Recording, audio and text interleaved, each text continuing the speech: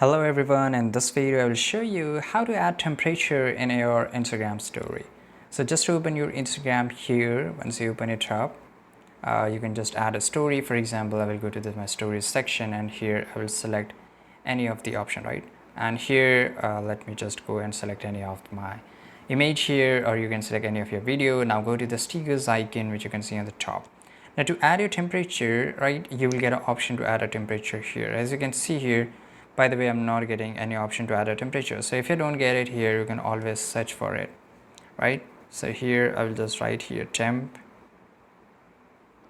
And here you can see there, now I have got this temperature icon, right? So if I just open it up, as you can see here, it will show my exact temperature in my location. So how I got this temperature icon? So basically you have to open your location setting.